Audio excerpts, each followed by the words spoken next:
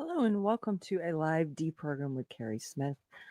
I am your host, Keri. Today is Friday, September 19th. Thank you for being here.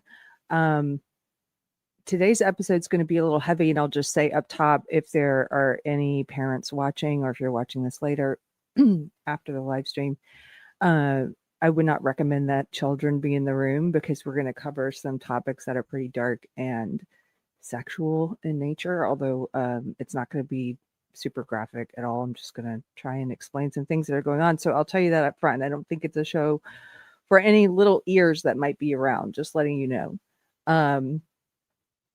We're going to talk today about this online radicalization that is happening to a lot of young people in parts of the internet that their parents don't seem to have any idea about.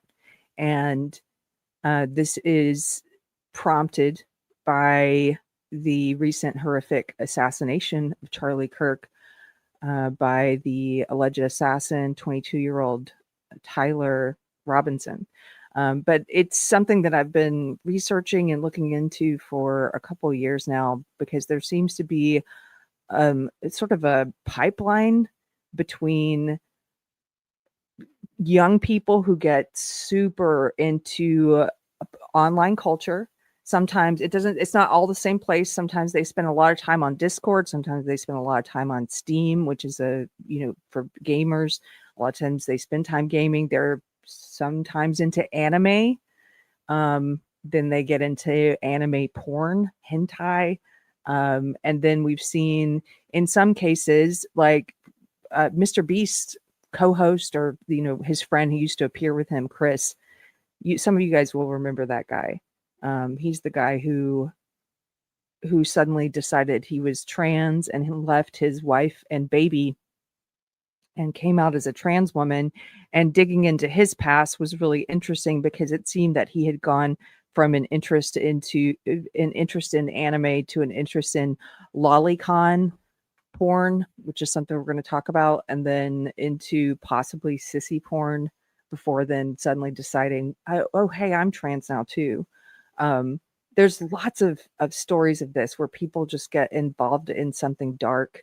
And I think a lot of parents have no idea all the stuff that's out there that if you give your child unfettered access to the internet, that you're basically just sending them out among the wolves. If it's completely unfettered, that there are people with bad intent out there who are looking to take advantage of your children. We hear stories like this all the time of adults posing as young people in some of these forums. But beyond a predator who's out there looking to exploit your child, it's also just the culture in some of these places, in some of these hangouts. The culture is dark, it's sexual, it's there's a lot of what gets called online the incel culture in some of it, which means involuntarily celibate. This kind of I think it attracts people who have problems with socialization in real life, like with social skills, being able to interact with the opposite sex, and it attracts people who feel isolated. So we're going to look at some of this stuff today and try and give just a brief overview of some of the facts of the case, of the Tyler Robinson case. And then we're going to look at an example story. We're going to listen to a story from a mom who says her autistic trans son, now trans, right, was groomed into this sort of this ideology and this mindset and this dark place on Discord.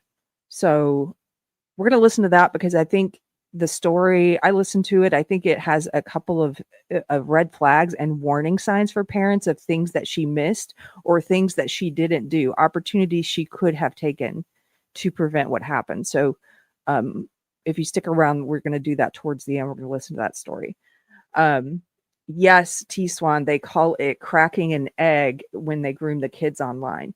Cracking an egg. This is one of the phrases that you should know and be aware of if you see this kind of stuff on your kid's phone.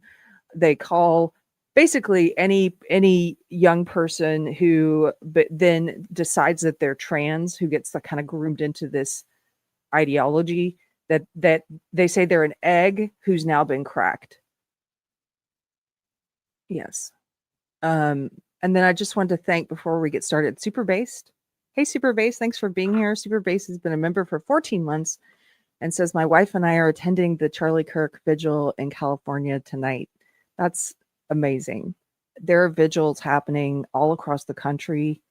There are murals being painted, streets being renamed Charlie Kirk Avenue. There's such an outpouring for this good man, and that's some of the good stuff that's happening. And so I hope you guys have a great time tonight. Okay, so I'm going to start with some of the basic facts that we know of the case, and I think this one is a BBC article that we're going to go to, just to kind of do an overview to set the stage for where we're at. So this is a BBC article, The Motive Behind Charlie Kirk's Killing, What We Know and Don't Know. And by the way, this is important. Let me just say this, actually, before I read this. I've seen some news clips. I didn't pull one up because there are probably a lot of them, but I saw a news clip, believe it was on CNN, where the host was saying, so remember at the beginning, the mainstream media was like, it's not a leftist, and it's probably a right winger, and it's probably an extremist right winger. There was a brief period of time before we knew the facts of the case, before we knew any facts of the case at all, when it could have been anyone or anything, right? During that brief window of time, I also thought it could be a leftist, of course. Naturally, that's the first thought. It could also be a groper or a white nationalist or one of these extremist, so-called right-wing figures like the ones that Nick Fuentes controls. He does control them. So they hated Charlie Kirk as well, as much as the leftists did. They launched an all-out war on Charlie Kirk, where Fuentes was telling his groper army to go to all of Charlie's events and try to push him to become racist and so there's video footage you'll see during some of his appearances on college campuses where he had an open mic and was inviting discussion. These white nationalist, racist groypers started showing up. And in the clips, it's pretty interesting because I think Charlie tended to reserve some of his most, I never really saw him get angry at people. He was always so calm and kind and collected. He would be funny and he would match energy with leftists who argued with him. But he reserved his righteous anger for some of these white nationalists who came out. And that was where you saw him. They kind of stoked a little bit of his anger when he would disagree with them and slap them down ultimately. So there was that brief window when I thought, yes, it could have been one of those guys. But then we got the facts. And there's no excuse for you as an adult to not have done your homework and to know what the facts of the case are. There's no excuse for you to be so in such a echo chamber, in such a cult, that you're only listening to figures in the media who are lying to you, figures like Jimmy Kimmel, who are lying to you and saying this kid was MAGA Republican. He was not. We now know that he had become a leftist, an extremist. His mother has said this. This is going to be in one of the reports we read. His mother has said this. His family members have said this. And guess what? His online footprint shows this. His friends in Discord knew this. They would ask him questions about politics. He was using the name Donald Trump at one point and mocking Trump in one of these accounts. He made statements to friends and family about how Charlie Kirk spread hate. Just by his own statements, we know that he was a leftist. There's no reason to be operating without the facts. You can go and do the homework yourself. But since the facts came out, excuse me, the media, the mainstream media I've seen on CNN and other places are saying, like, now that we know, they're like, well, why does it matter? Did you guys see that clip where she says, why does it matter? Why does it matter if he was elected? We don't. It's just that political violence is bad. Yes, political violence is bad, but it does matter. It does matter. You can't have a double standard of, hey, we want to know what the motive is and what led a person to do this. If it was a right-wing perpetrator, we want to know. But if it was a left-wing perpetrator, we don't. Why do we need to know that? Let's not talk about that. Let's not talk about getting radicalized into extremist left-wing ideology. They don't want to talk about it. We're going to talk about it. It's important to know the facts of this case. And it's important to know, especially as a parent, because I think there are a lot of warning signs, as I said before, of things you should look out for and things that we are learning. Growing up today is not like when my generation, I'm on the tail end of Gen X. It's not like when we were kids. There are so many more things out there in the online world that parents have to know how to protect their children from. And I think that as a people, we have been learning through error. We've been learning mostly through error. And it's time to change the way we think about children, online access, not supervising them when they're online. So two more people I want to thank, and then we'll get into this. John Thomas, thank you. A member for 10 months says, I tagged you with a response from the LCMS president. Okay. I appreciate it. I'll take a look at it. Legalized Adulthood gifted 20 memberships. Thank you, Legalized Adulthood. Thanks for being here. And also give a $50 super chat. I appreciate it. It says, thank you for covering this important topic. It is an important topic, and it's something that, especially, well, if you're on the left, they don't want to talk about this at all.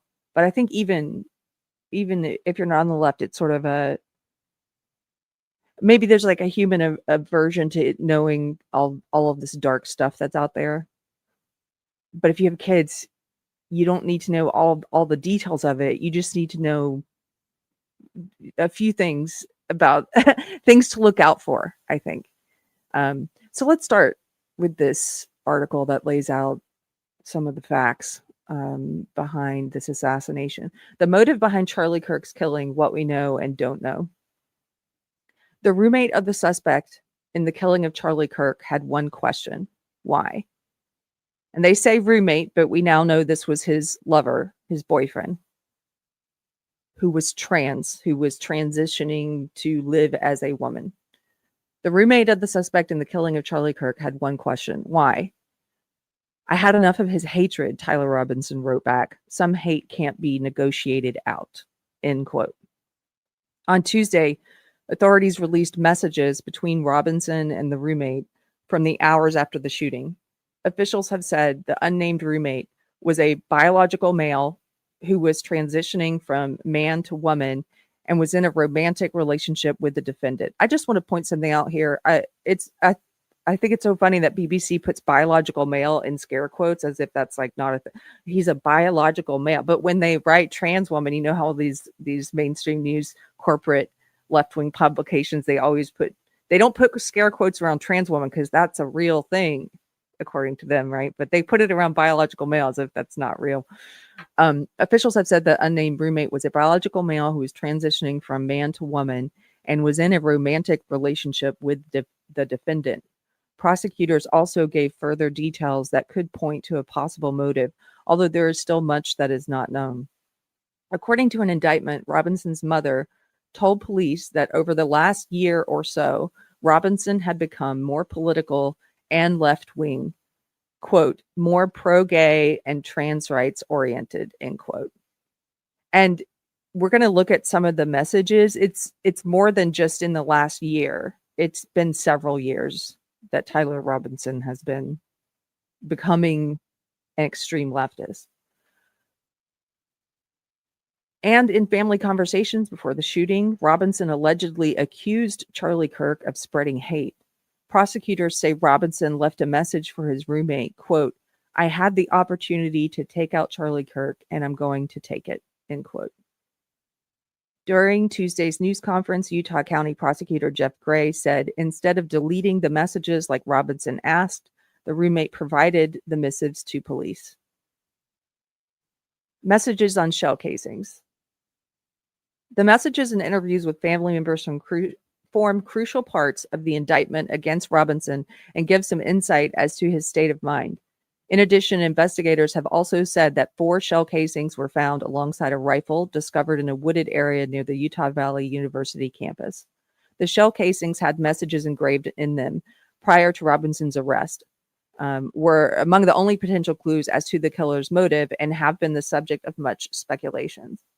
One unfired round had the words, "Hey, fascist, catch," along with an up, right, and 3 down arrows, most likely a reference to a video game, Helldivers 2, indicating one of the game's special moves.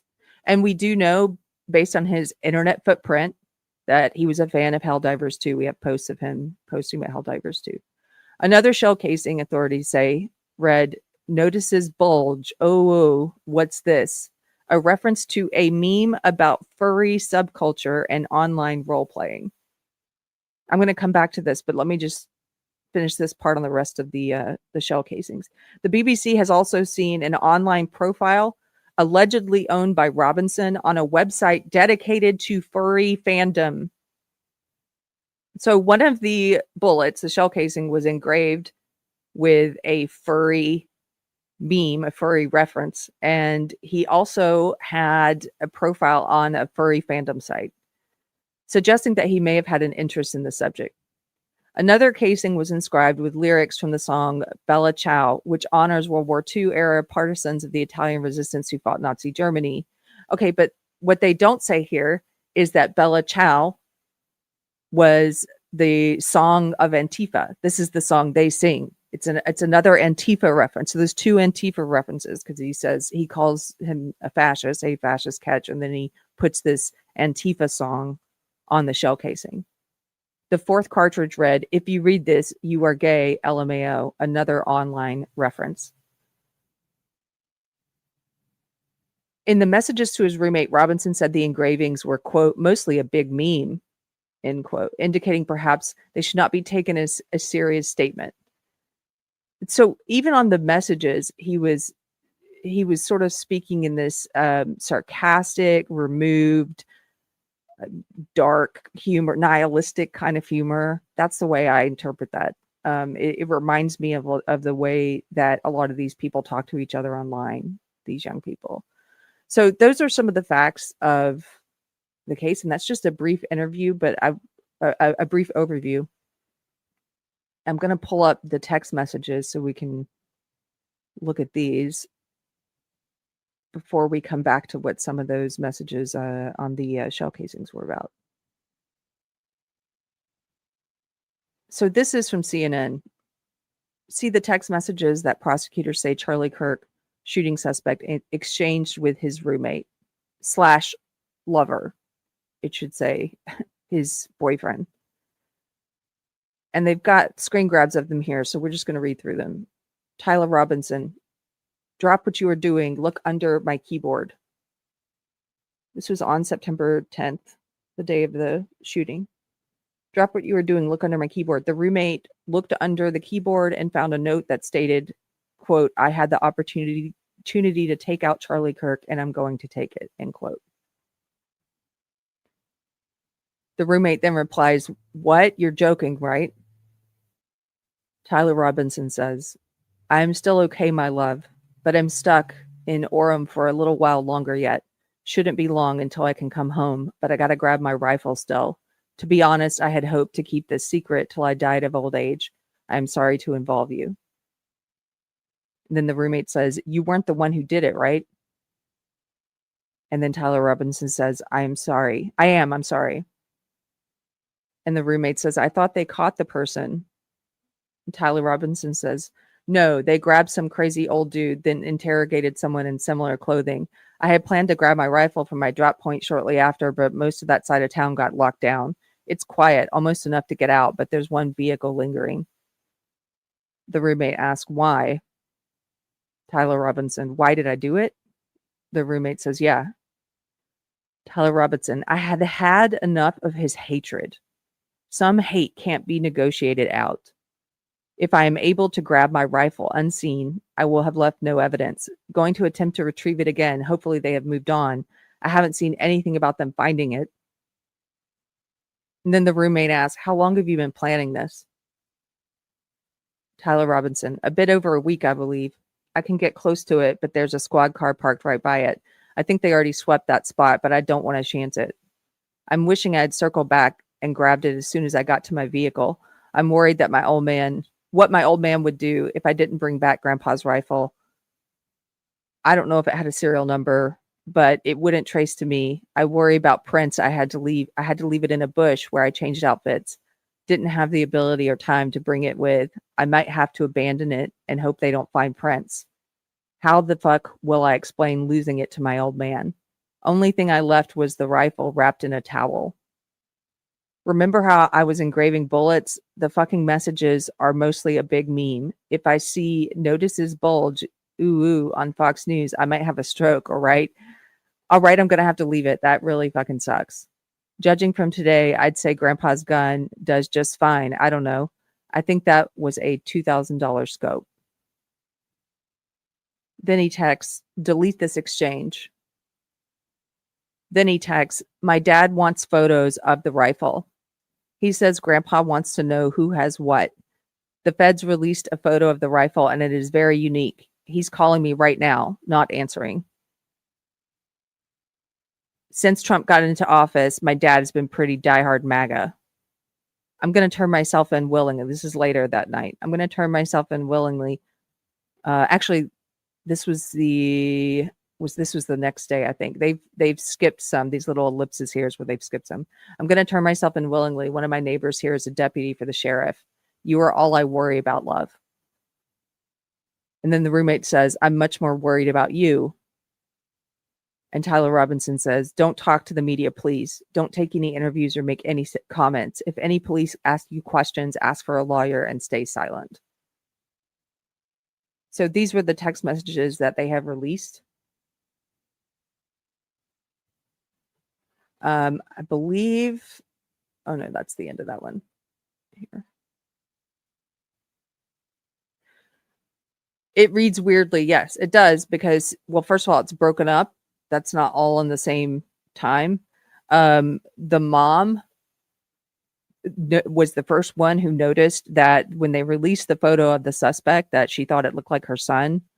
She texted the husband. It looks like our son, Tyler. I don't have that exact text message pulled up in front of me, but what they said was that she contacted the husband and said, it looks like Tyler. At that point, the dad started texting him and asking for pictures of the gun because they had released a photo of the rifle. And it was the family who first noticed that the photos that the authorities were releasing, the picture of the suspect, the picture of the weapon, looked like their son and like the gun that the dad had given the son.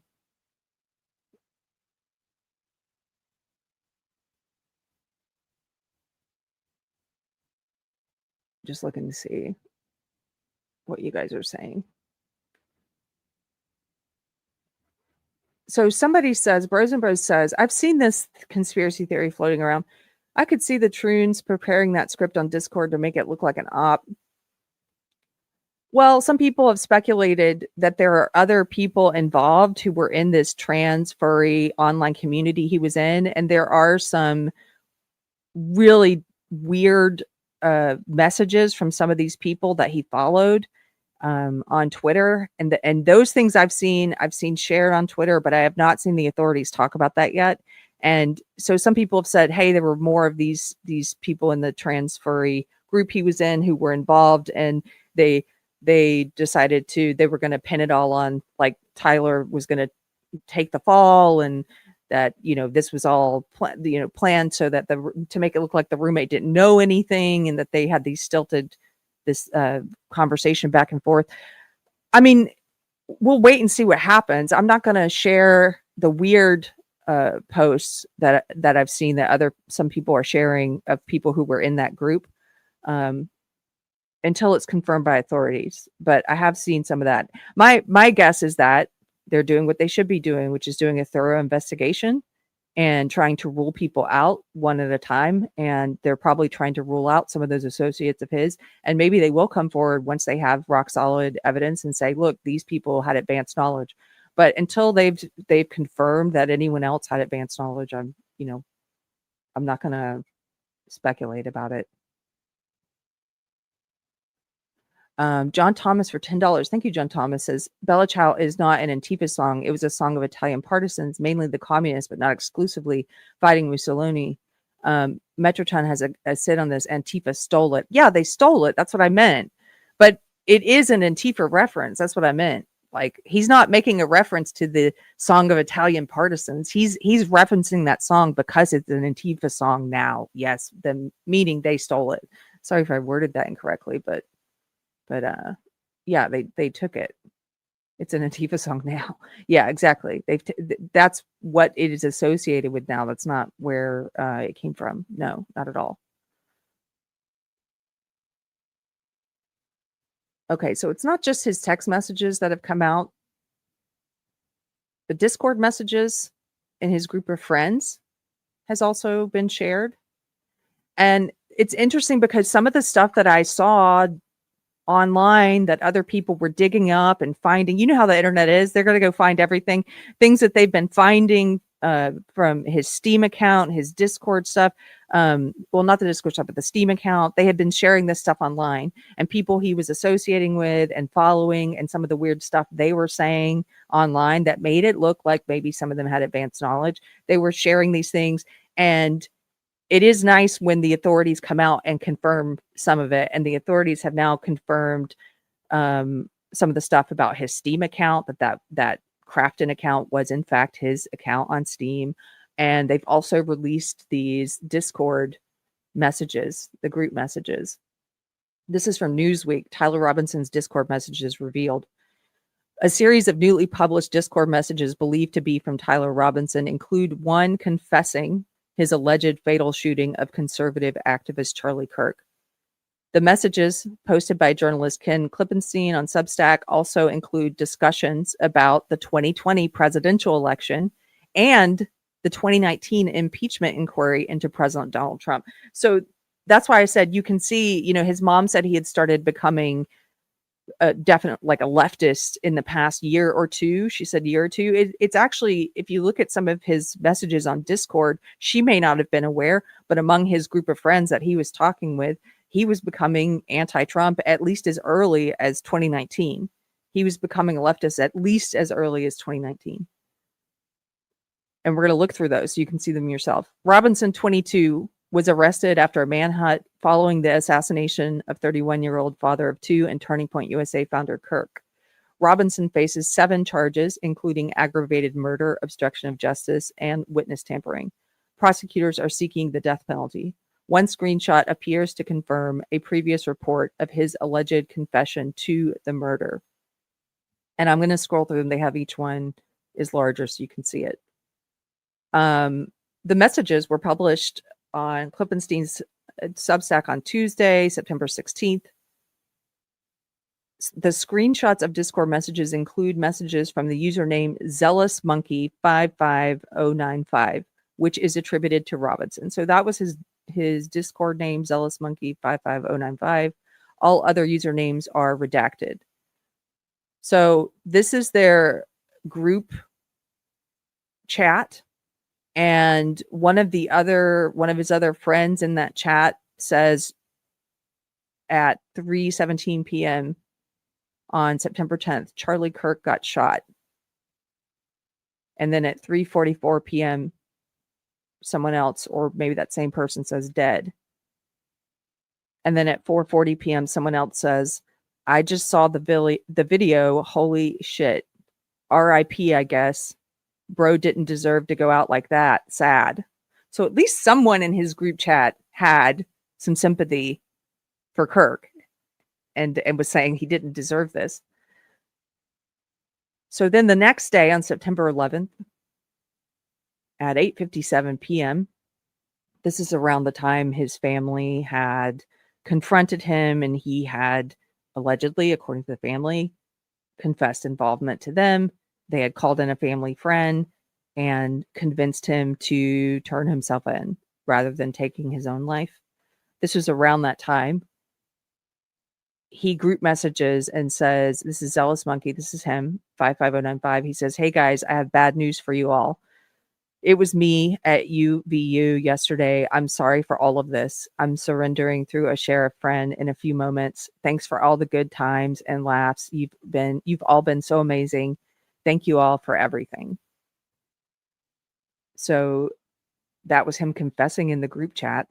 This is on the right here is something from August of 2025, and it's Tyler Robinson under his account name Zealous Monkey 55095 sharing something about Helldivers 2, and they included that one just to show you he had this appreciation for the game Helldivers 2.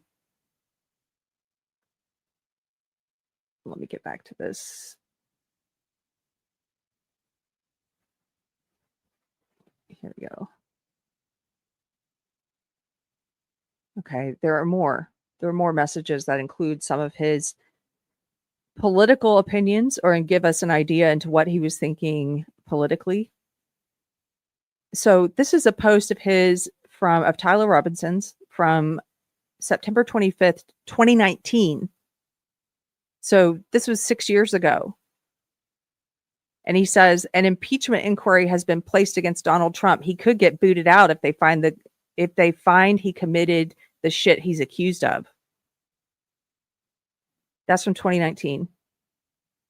Then November 3rd, 2020, they asked someone else. They've blacked out the screen name so you can't see the other user's name, but someone else in the group chat asks Tyler Robinson, asks Zealous Monkey, who is winning the election, you would know. And he replies, Biden is in the lead electoral votes wise, but there are still some swing states that haven't finished voting, as well as most of the West Coast. Raw votes, Donald is in the lead by a little over 1 million votes. And then someone else in the group chat asks, who's probably going to win? And Zealous Monkey says, I'm not sure. And then someone else in the chat says, when will we know? And Zealous Monkey, Tyler Robinson, says, not until pretty late, but we should have a pretty good idea by the end of the night, unless it's really close or something.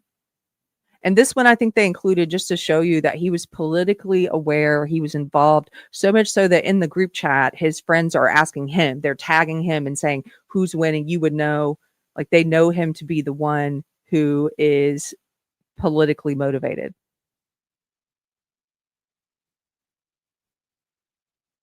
Those are the Discord messages. And then I've got there's some background information that's now come out about his boyfriend. His boyfriend's name was Lance Twiggs, or is Lance Twiggs. He goes by Luna as well. This is a Fox article. Charlie Kirk, alleged assassin's roommate, was problematic. That's in quotes. Problematic before family kicked him out, relative says. Lance Twiggs struggled with substance abuse and video game addiction, relative says.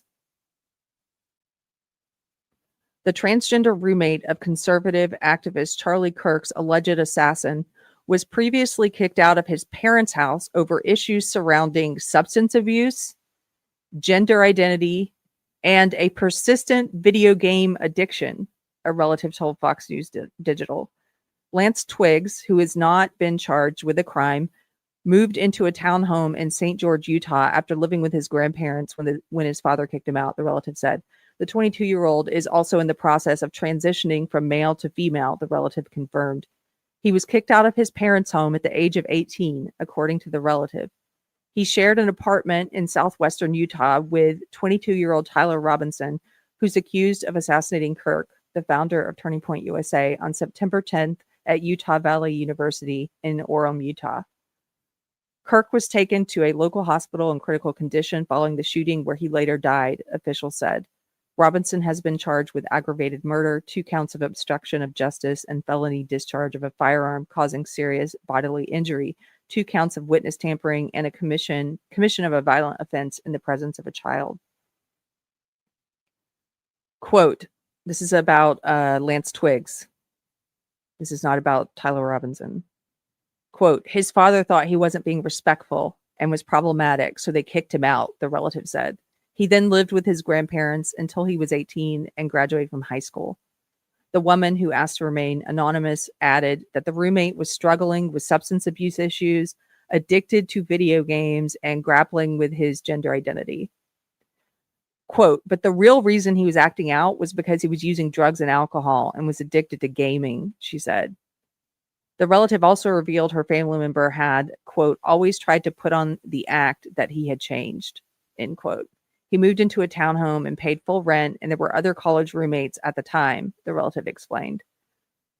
According to the roommate's relative, he initially moved into the townhome before Robinson, who moved into the house last year. The two were in a romantic relationship, the relative had said. So that's just a little background on Lance Twiggs, and I thought it was interesting and relevant because he seems to have some of the same problems that a lot of the young people who get pulled into these dark corners of the internet have. He was obviously spending a majority of his time online or playing video games and in the game chat with these friends that he's making online. He had substance abuse problems. These things can sometimes go hand in hand, like different kinds of addictions. And let me be clear, because I just saw a chat, Power K Greg in the chat. I'm not blaming video games. I think that's reductive and really simplistic.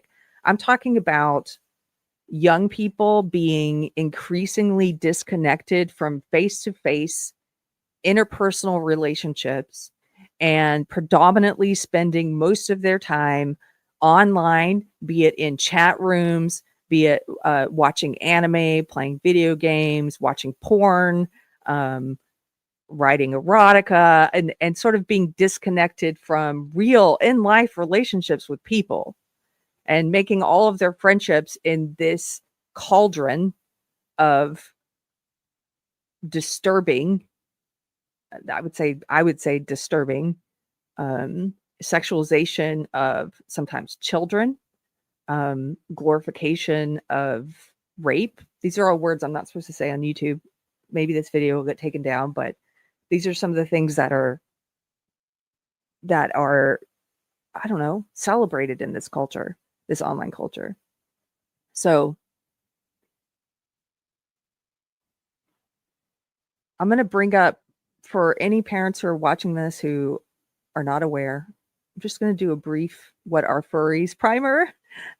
And I know parents who still are learning what these things are. So if this to you is like, oh, how could you not know? Well, a lot of people don't know.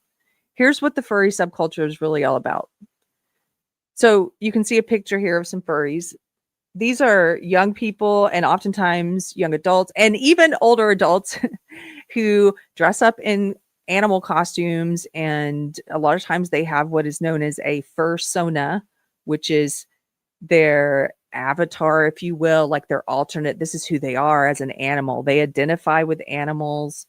I'm not saying they think they're animals. Some of them do, but they identify with animals, and they find something. Some of them talk about, like, they find this freedom in participating in this subculture. Now, not all of the subculture is sexual, but a portion of it is. We've covered furries on this show before. I know there's someone in our community in the chat who is a furry and is like, hey, we're not all into perverted sexual stuff, but a portion of the audience is. If you go out there as a parent and you want to learn more about this, I'm cautioning you that if you put furry into the search bar, you're going to find some sexual stuff as well. There are orgies where they get together in their fursuits and have sex with each other while wearing these animal costume faces. So that stuff does happen. This is a brief overview from the New York Post. Cadeo Jones had hit rock bottom in 2014, struggling with alcohol addiction and embroiled in a toxic relationship. He had made the decision to take his own life. It was then that his favorite cartoon, My Little Pony, came to his rescue. As he contemplated his fate, Jones watched as the character Luna successfully grappled with her own demons. Soon after, in the 11-month hiatus between seasons 4 and 5, Jones decided there was a point to living after all. Quote, I was in a dark place, and seeing Luna go through similar struggles to what I was going through was eye-opening, he tells author Joe Strike in a new book, Furry Planet, A World Gone Wild.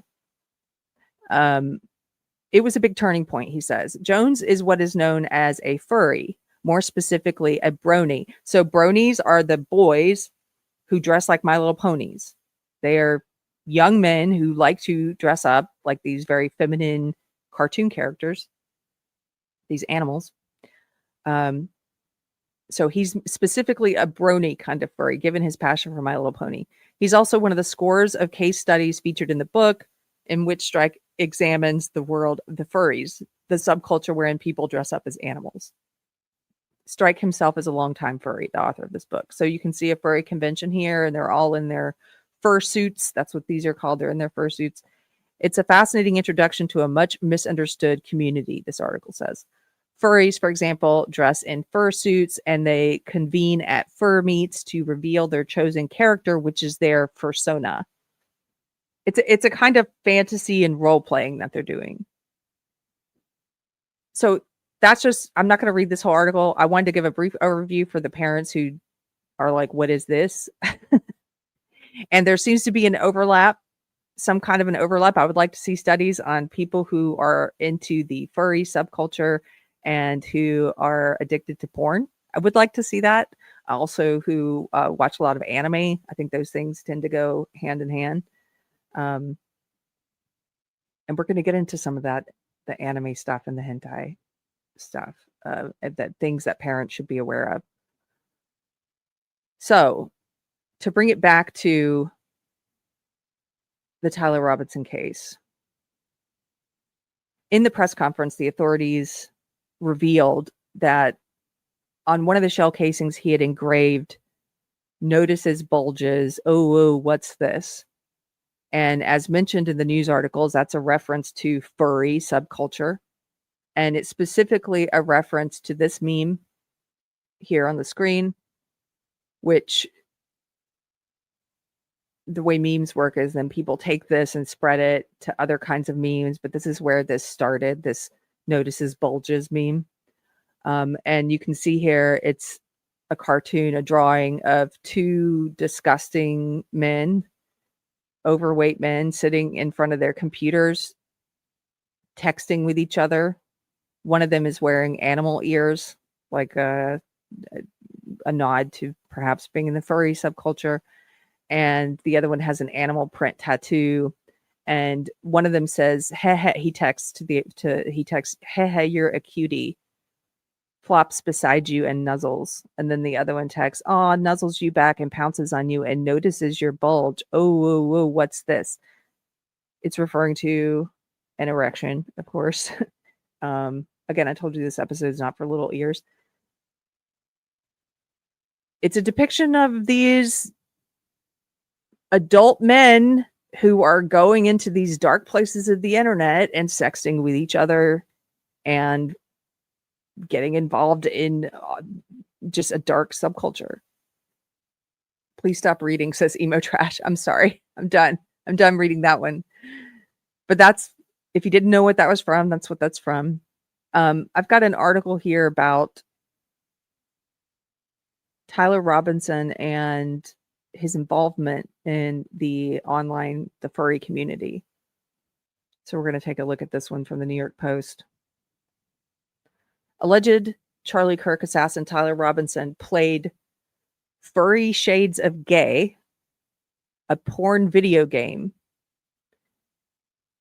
Now there is an image from I think the cover art for this game, but it doesn't get too graphic. So I'm just letting you know. Accused Charlie Kirk assassin Tyler Robinson played pornographic furry games online. I told you a lot of this furry community is also about sex.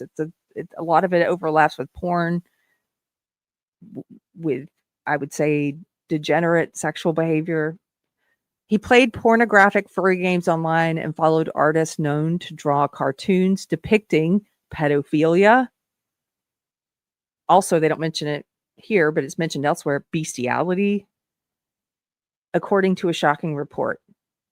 Friends of the 22-year-old suspect told the Daily Mail that Robinson, who allegedly left a sex-related gaming message on a bullet casing used to kill Kirk, used the account name Crafton247 on multiple gaming and online platforms where he engaged in the fringe furry subculture. A Steam account with that name shows that he downloaded and played a dating simulator called Furry Shades of Gay, which describes itself as a game of, quote, love, queer relationships, hot gay sex, and slapstick humor, the Mail reported.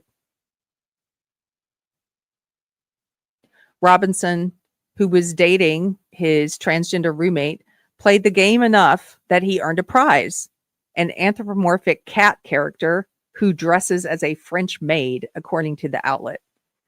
An account on the website furaffinity.net, he had an account there, which features sexualized images of cartoon animal characters, also features an account name matching one that Robinson used, the report claimed.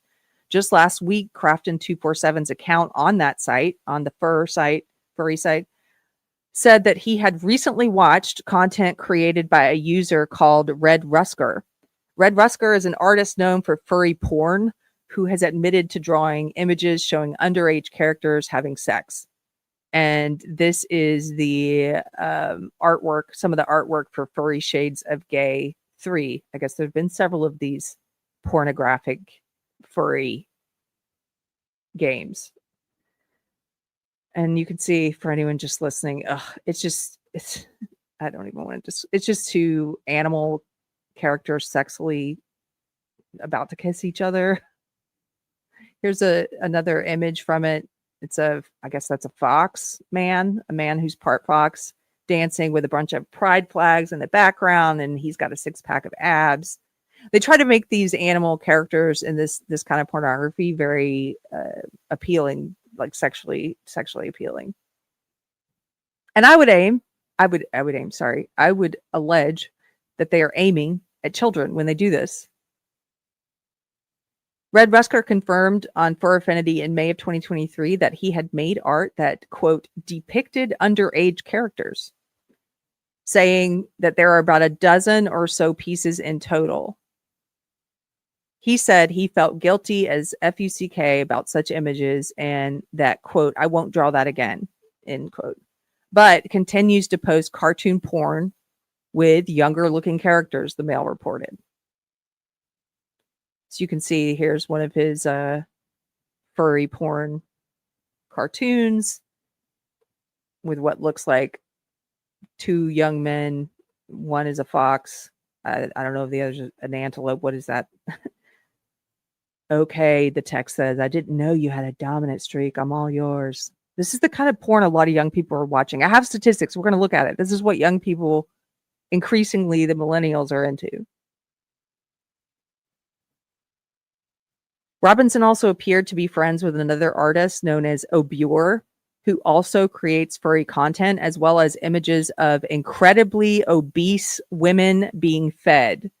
This is another dark corner of the internet. Feeders, parents, I don't know if you know about this.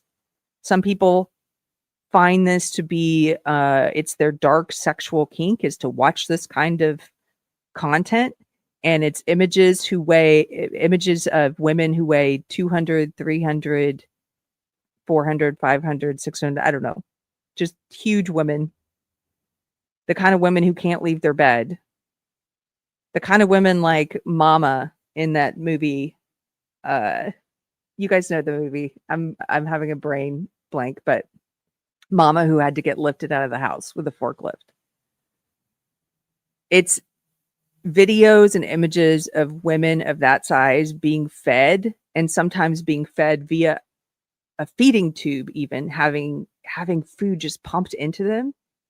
And there's a whole gross, dark subculture of people who find this is their porn of choice, is to watch morbidly obese women being fed with food. So this other friend of Tyler Robinson's creates furry content and creates this kind of feeder porn. We've got a picture of this guy. Now, I don't think the authorities have released a picture of this guy yet, of the friend, But I will show, this is one of the ones that people were posting online that they found before the authorities confirmed it. And here he is. Can you guys see that? So this is Tyler Robinson's, one of his other friends who was in this group. He was in the Steam group. And one of the messages that Tyler Robinson shared with this guy on his profile, you can see it here in the article. Robinson left a comment on a Bureau Steam profile in January of 2024, writing, quote, "He beats me when mom goes on her work trips," with punctuation resembling a crying emoji, according to the Daily Mail.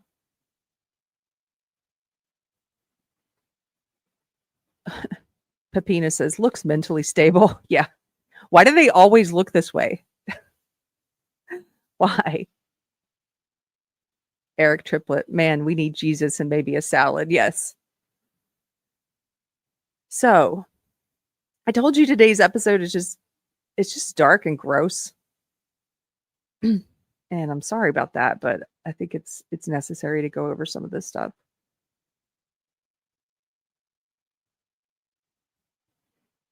So this is one of the online posts, one of the X posts that I saw before the authorities had confirmed a lot of this. And you guys may recognize this person, Grums, who tweeted, "Breaking, they found Tyler Robinson's Steam account, alleged. If true, Charlie's assassin was into furry adult games," meaning porn, furry porn. His alleged Steam account has a sticker that can only be obtained as an owner of the game Furry Shades of Gay. All of Tyler's Steam friends are going private, seemingly before his arrest. So this is one of the weird things that I said has not yet been confirmed by authorities, but I assume they're investigating this, is some of the accounts of other friends of his in the Steam group, some of them made their profiles private. It seemed like before the arrest. Also, some of them had posted stuff before the shooting happened that people have found. I'm going to say all this is alleged because it's people online. It's not the authorities confirming this. And I'm not going to share all those images because I don't know yet. We'll see what they say. But I assume they're investigating to see if any of the people in these furry porn Steam groups knew in advance what was going to happen. So you can see some of the images here from his Steam account. This is his account, Crafton. He's got a little furry avatar there. Here's more. Oh, gross. Okay, so this one's blurred out, but it's the two male animal porn characters having anal sex with each other. You can see a little still image there of the game that he was playing. And this was him giving a review to Helldivers 2. So it's just more of the images from Steam. I've also got a Bloomberg article that has some more details about the Steam account. So we're going to take a look at this one. Thank you, Mr. Scott Awesome over at Rumble. He said the movie I was thinking of was What's Eating Gilbert Grape. Yes, it is. Thank you. Okay. Bloomberg. Suspected Kirk shooter's gaming history probed by Secret Service. U.S. law enforcement is building a profile on suspected Charlie Kirk shooter Tyler Robinson, including his use of Donald Trump's name as a pseudonym on Valve Corp's Steam video game platform. The U.S. Secret Service has joined the investigation into the shooting, working along with the FBI to study Robinson's behavior and online activity to understand how suspects form grievances and select their targets. Experts warn against making too much of the suspected shooter's interest in video games, citing a lack of evidence linking violent video game play to violence and suggesting other factors like exposure to violence and access to weapons are more relevant. Suspected Charlie Kirk shooter Tyler Robinson used Donald Trump's name as a pseudonym on Valve Corp's Steam video game platform, a fact that's become a part of a profile U.S. law enforcement is building on the alleged assailant. The U.S. Secret Service has joined the investigation into the shooting, even though Kirk wasn't under the agency's protection, according to people with knowledge of the matter. I think that's great that they're helping them out. Agents are working with the FBI to study Robinson's behavior and online activity, including his use of Trump's name on Steam as a part of a profile they are building, according to one of the people asked not to be identified discussing the investigation. The aim is to understand how suspects form grievances, how they select targets, and whether their actions signal broader risk to current or former office holders. I would add something. It's to figure out, it's not just about, knowing his motives and how he became radicalized. It's not just about protecting other people from assassination, which it is, but it's also about how to protect your kids from falling into these dark holes on the internet. It's also about that. The 11-year-old Steam account, reviewed by Bloomberg, primarily uses Robinson's longstanding online username. It lists an account that appears to belong to his partner as a friend. Some comments on the account were disabled shortly after Bloomberg reached out to Valve for comment. Since the September 10th shooting, law enforcement has combed through Robinson's social media presence looking for clues about his motives. On bullet casings, the alleged shooter, aged 22, used symbols and messages from online subcultures, including the video game Helldivers 2, which poses questions about fascism and took inspiration from the film Starship Troopers and the furry fandom, a fantasy community built around animals that behave like people. Robinson played 399 hours of Helldivers 2, according to his Steam profile. Well, you're never going to get that 400th hour, are you, Robinson? Used by 30 million people at any given moment, Steam is the most popular platform for purchasing and playing personal computer games. Robinson played 2,148 hours of online pirate game Sea of Thieves, according to his profile on the platform. Quote, "If you play alone, you will die alone," he wrote in a review of the game on Steam. The games Robinson spent the most time playing were the puzzle game Pictopix, the first-person shooter titled Deep Rock Galactic, and Viscera Cleanup Detail, a game in which the player cleans up after an alien invasion. Robinson also played 126 hours of Power Wash Simulator. In total, almost 5,000 hours of gameplay are registered on Robinson's 11-year-old account. However, Steam users often leave games open for long periods of time without playing them. Experts warn not to make too much of the suspected shooter's interest in video games. We have been studying the links between violent video gameplay and violence for decades, and there is no evidence linking the two, said Rachel Cowart, a PhD in research psychologist who's looked into the relationship between game culture and extremism. Focusing on that link, she said, quote, "is frustrating because it detracts from conversations about other factors that we know do directly contribute to somebody committing a violent act, like previous exposure to violence, access to weapons, and peer delinquency." Okay, but these things are interrelated, peer delinquency, because it's not just about sitting and playing the game by yourself.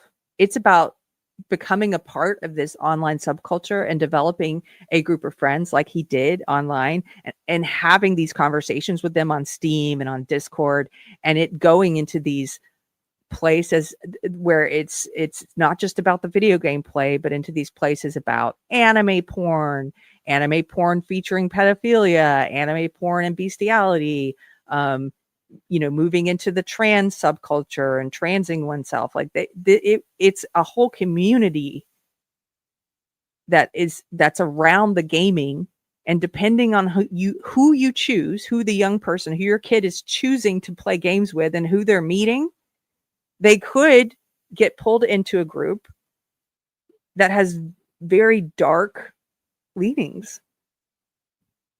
Satanism, says Nin. Yeah, I mean, that's what I think of.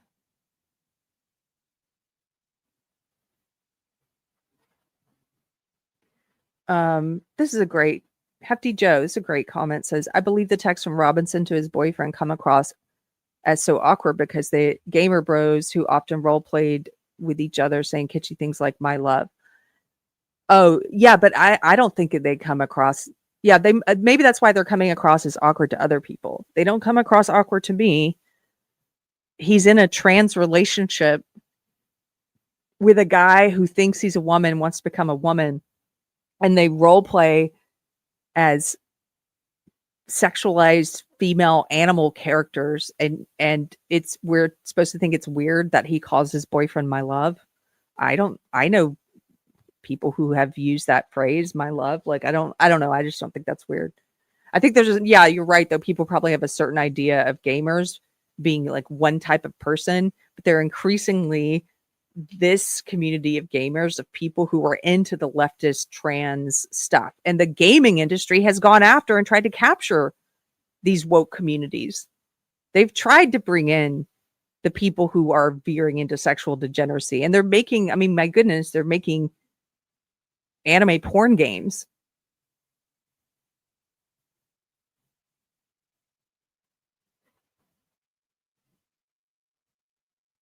Okay. There's a little more about Steam there, but I've got a few more links that I want to show you. So we're going to move on to this article. Let's see. Oh, wait. No, there's one other gross thing.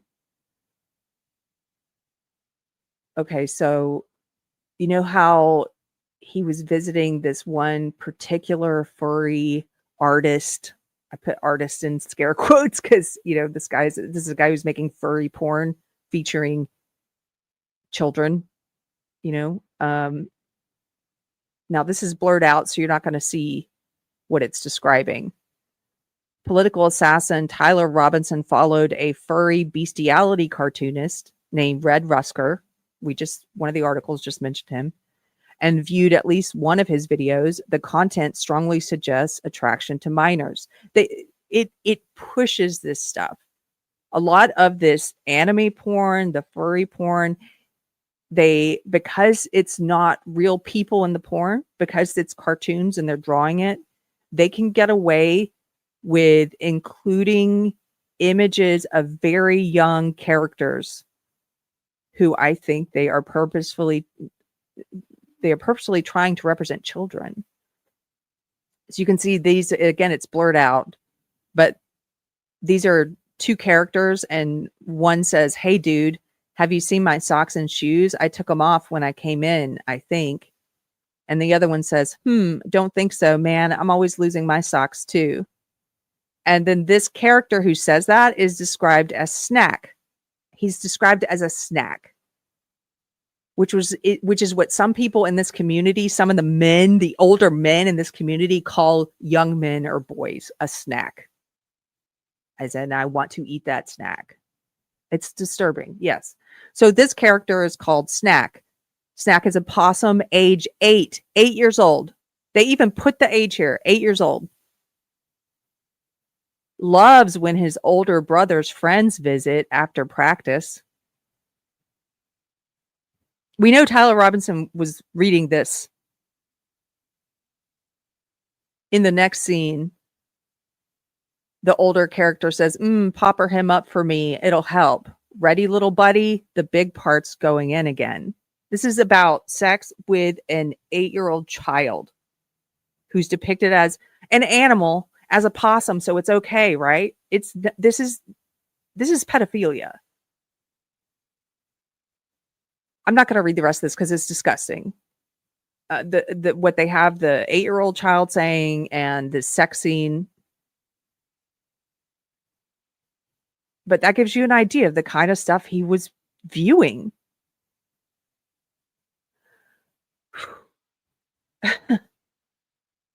My wood chipper arm is twitching. Yeah, I got to take a little break from that. That stuff is so dark.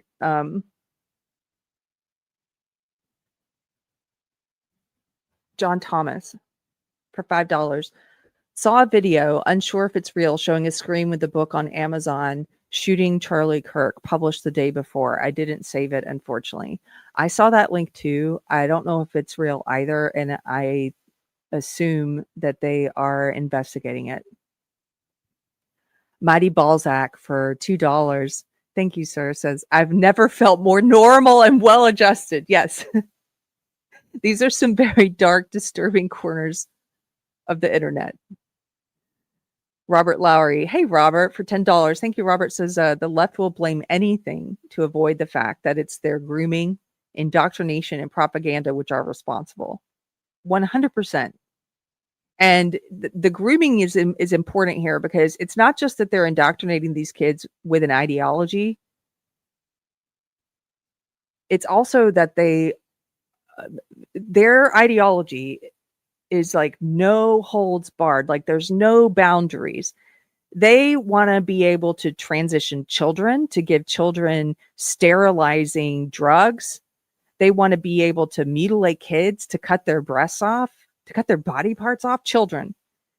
They think they claim that children are able to consent to this. They're not. And that's a part of their ultimate goal when it comes to kids, which is removing the age of consent for sexual relations with them. All of queer theory talks about this. For decades, queer theory has talked about this. This is one of the end goals. They view children as one of their, they put everyone in oppressed or the oppressor group.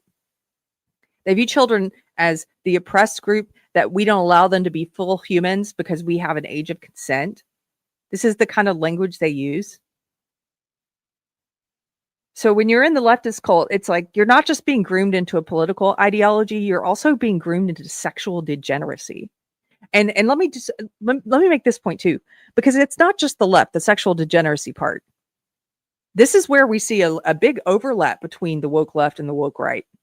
The groypers, the ones I mentioned before, the ones who at the beginning, before we knew any of the facts about the assassin, before they had caught him, some of us were thinking it could just as easily have been a woke right person. It could just as easily have been a groyper, because they hated Charlie Kirk too, and they're degenerates, and they have just as much animus as the left towards Charlie Kirk. That was before we knew the facts. But they're similar to the woke left when it comes to this sexual degeneracy and perversion. Nick Fuentes and his groypers, you can go look this up. If you don't believe me, they refer to cat boys all the time, guys who dress with little cat ears.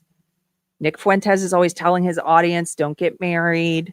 He doesn't want to get married. They're into some of the same sexually degenerate stuff. They praise and worship. Some of the groypers are trans. Like, so that's another way in which the darkness is darkness. It doesn't really matter if it's a quote unquote woke left or woke right, or sexual degeneracy by leftists or sexual degeneracy by groypers. It's all the same evil. Yes, he LARPs as a traditional Catholic, but he's unmarried, and he has a history of questionable, degenerate behavior with men.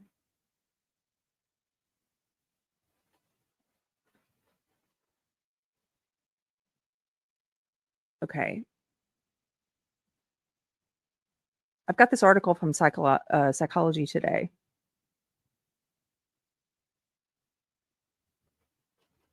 This is relevant for the parents. So people are just now starting to write about this connection.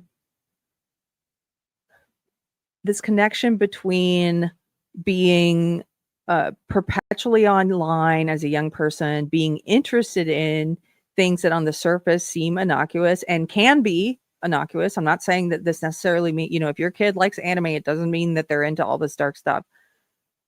But there's a lot of opportunity in some of these online places to have the dark stuff like put in front of your child without your knowledge, if you're not supervising them.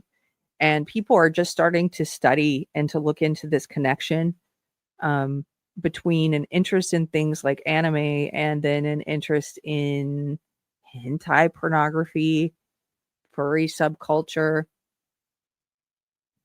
This article is called, this is from 5 years ago, by the way, Why Millennials Love Anime and Hentai Pornography. What parents need to be aware of when it comes to anime porn.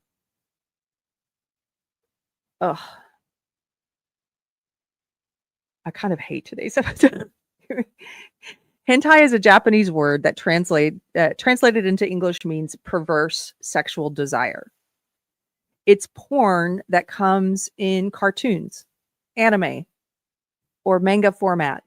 And it's one of the most popular kinds of porn for millennials, young adults, and children. There are so many children looking at this anime porn. Parents often have no idea what their kids are doing. According to one porn site's analytics detailing the most popular search terms on its site, Japanese shot up 4 positions to become the most searched term of 2019. Hentai, NSFW, meaning not safe for work, meaning sexual. Hentai remained the second most popular term. Needless to say, this is a trend that is likely to stick as hentai porn attracts both young and old. Old in the sense that longtime porn users often need more stimulating material and different types of porn for arousal and intensity as they have hit a certain level of tolerance. This is porn addiction is what it's describing. And a lot of people are afflicted with it. This is why you see people going into more extreme, disturbing, perverse stuff like the feeder stuff that we were talking about before, and into someone who's doesn't have this addiction. You're like, why would anybody watch morbidly obese women being force-fed food is like porn? Because they've hit a level of, like with substance abuse, where the normal stuff doesn't do it for them anymore. A lot of them have ED and are not able to perform sexually with real partners in real life. It has to be the drug that they've become addicted to. It has to be online. It has to be video or images. And they get crazier and darker because they're not getting off to the same stuff anymore.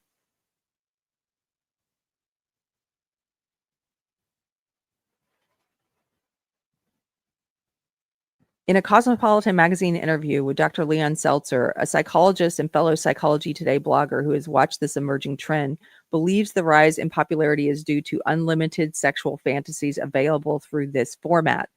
Quote, the erotic illusions possible are freed from all the normal constraints of reality. It can heighten the illusion that our libido has now landed in the most idyllic place possible. Hentai also portrays female characters as childlike waifs. This is sometimes what is known as lolicon. It's where the anime characters, the animated cartoon characters who are in this kind of porn are children. They're portrayed as childlike waifs secretly desiring to be sexually assaulted. In addition, fetishes that would not be possible in reality can come to life in the anime world, as hentai can involve things like women abruptly sprouting penises. This whole trans thing, right? It also involves things like bestiality, rape, incest, and other sex acts that depict underage participants. The animated porn often depicts highly exaggerated sex acts featuring characters with exaggerated breasts, penises, and other body parts. It is common for monsters, demons, angels, giant insects, and plants to rape cartoon women. The age of the little girls is often ambiguous, but what is common is that hentai porn showcases the characters as sexually innocent. And because the imagery is in cartoon animation, these illustrations of fictional characters do not constitute child pornography. Isn't that so messed up? They're like, well, it's not a real child. It's cartoon. Ugh. But some people gravitate to this form of porn believing that it's less harmful, since they believe that, quote, no real human is being exploited. But critics would argue that hentai porn is linked with regular porn, since hentai porn duplicates what can be found in regular porn as well.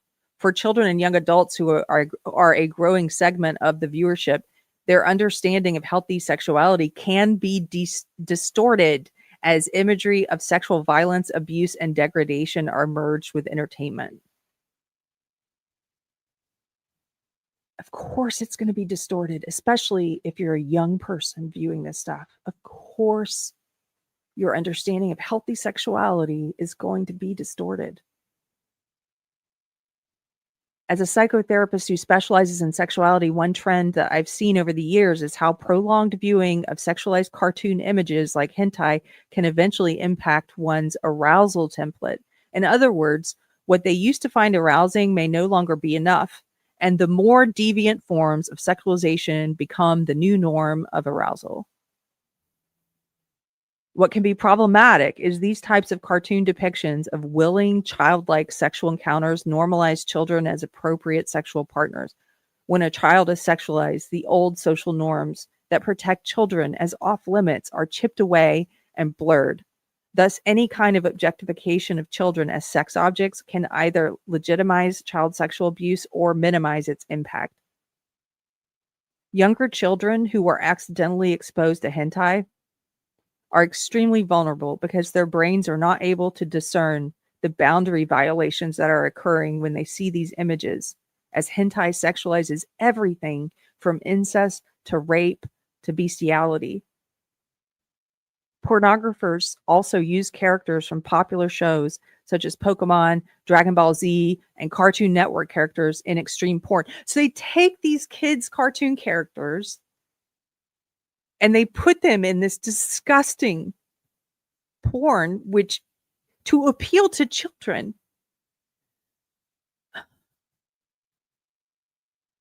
One client described it this way, quote, "A lot of the kids I knew got their sex education from watching anime or reading mangas, Japanese comic books. Some who struggle with compulsive hentai use say that it is worse than regular porn because of the hardcore nature of the themes involved, such as male characters having extremely large phalluses and the female bodies that are hypersexualized. In the end, what parents need to know is that porn is porn, regardless of what form it's in."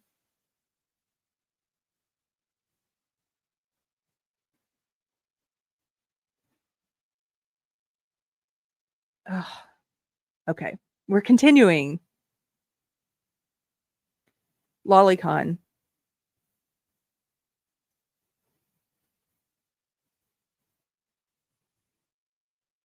Is it legal to possess lolicon in the United States? This is from 2023. Lolicon, sometimes called lolly for short, is a controversial genre of anime or manga that features explicit sexual depictions of underage female characters. The male counterpart of lolicon is shotacon. The name lolicon is derived from the novel Lolita and is sometimes also used to refer to an adult who is sexually attracted to pre-adolescent females. While lolicon is prevalent in Japan, some people express confusion over the legality of it in the United States due to child pornography laws. Adults fully animate lolicon, and no real children are exploited in any way in the creation of it. So this, again, is their argument for why it's okay, because it's just cartoons of pedophilia, right? Lolly is a Japanese manga or anime that is sexually explicit and involves underage cartoon characters. It is focused on sexualized characters and plots depicting underage girls. The name comes from Vladimir Nabokov's book called Lolita, where an adult male is sexually attracted to an underage girl. Lolly is not only legal in Japan, it's pretty common, but has been controversial. So the question is whether possessing lolicon in the United States is illegal. The answer is no. As a result of the Protect Act of 2003, lolicon meets the federal criteria for child pornography. If you are caught in possession of lolicon or shotacon, you could face federal criminal charges and significant prison time if convicted. Possessing a lolly is illegal under federal law if the anime depiction of an underage person is obscene and it was transmitted through the mail, internet, common carrier, or transported across state lines, or there's proof that there was intent to distribute it or sell it. Now, here's the problem, though.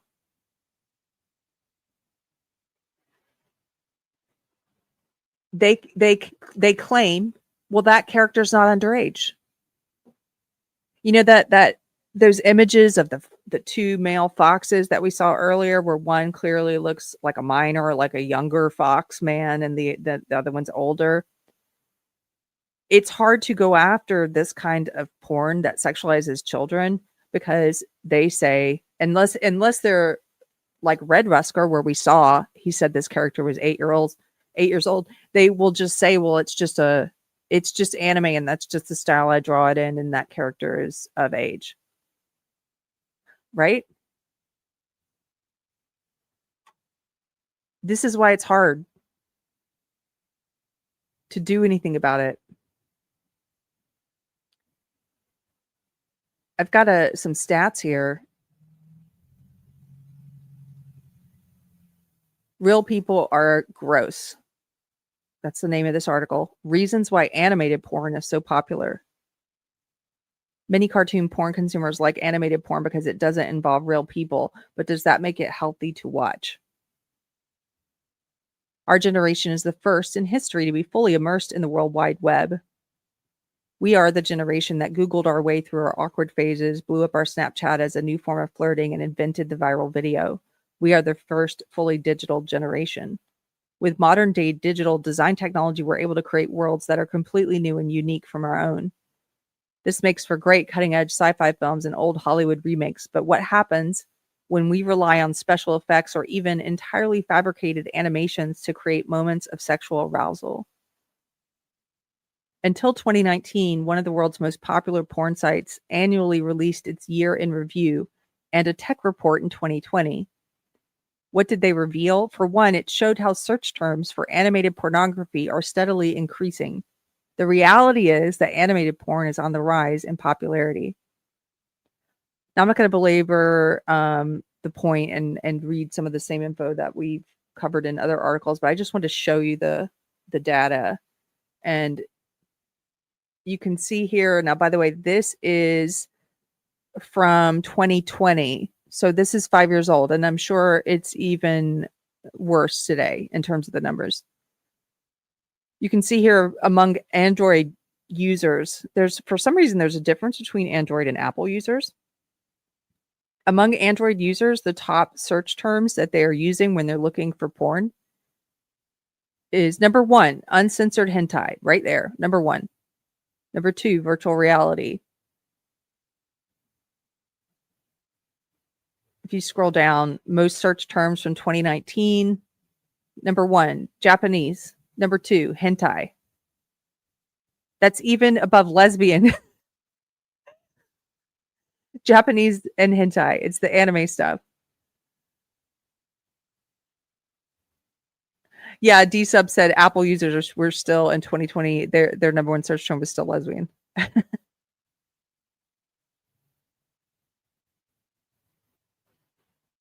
So that's some of the stats behind the kind of content, erotic, sexualized content that young people, a lot of children even, are reading. Now, before we watch this, we're going to listen to this story of this mom whose trans son, who's a male, her son who became trans, who's autistic, was groomed on Discord. Before we do that, I've got one more link to show you, and this includes information on a child who I've talked about before. It's a couple of kids mentioned in this article, and this is just from 2 days ago. It's follow-up coverage about the fallout of what happened to this kid. Parents of teens who died by suicide after AI chatbot interactions testify in Congress.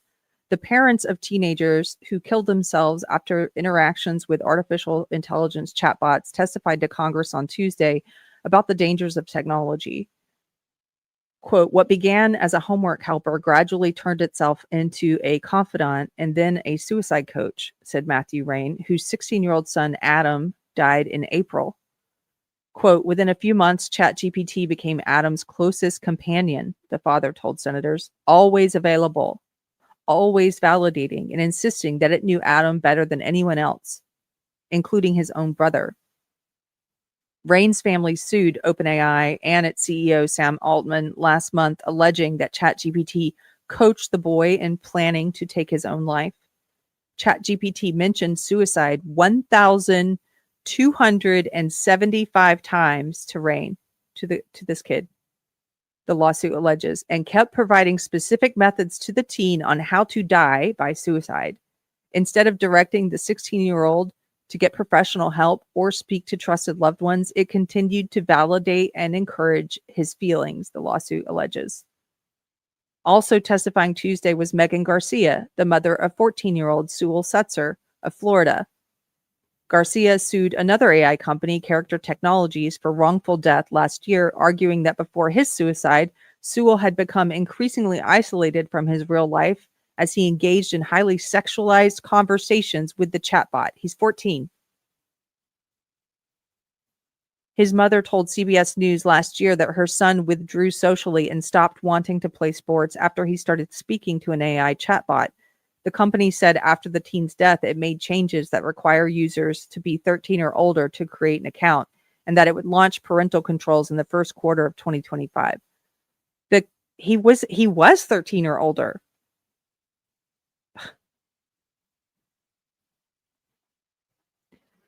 That case, as I mentioned, I've covered it before, but the chatbot engaged in a long online relationship with the kid, increasingly sexualized messages with the kid, and then encouraging the kid to end his own life.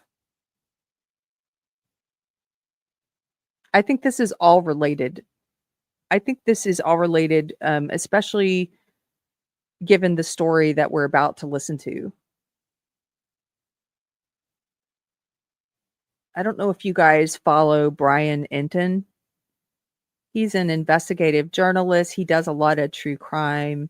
He's one of the, I would say, people that's like in the true crime sphere that I follow. And I was actually a little surprised to see him do this video because a lot of people don't want to have this conversation about grooming or grooming into becoming, deciding you're transgender, grooming into these kind of sexual fetishes and stuff online. And to see someone like him cover it, he even did a little intro here having to explain, like, I know some of you might get upset, or, I'm not trying to say anything. I just think it's worth asking the question. And, he really had to kind of preface it with a disclaimer of it's worth listening to this mom's story. And he interviewed this mom who says that her autistic son was groomed into the Transcult. And he did so after all this information came out about Tyler Robinson. And he was covering the Tyler Robinson case, and there were parents contacting him and saying, this has happened to my kid. There, but for the grace of God go I. My kid is suddenly saying they're trans. My kid is suddenly into all these dark corners of the internet that I had no idea.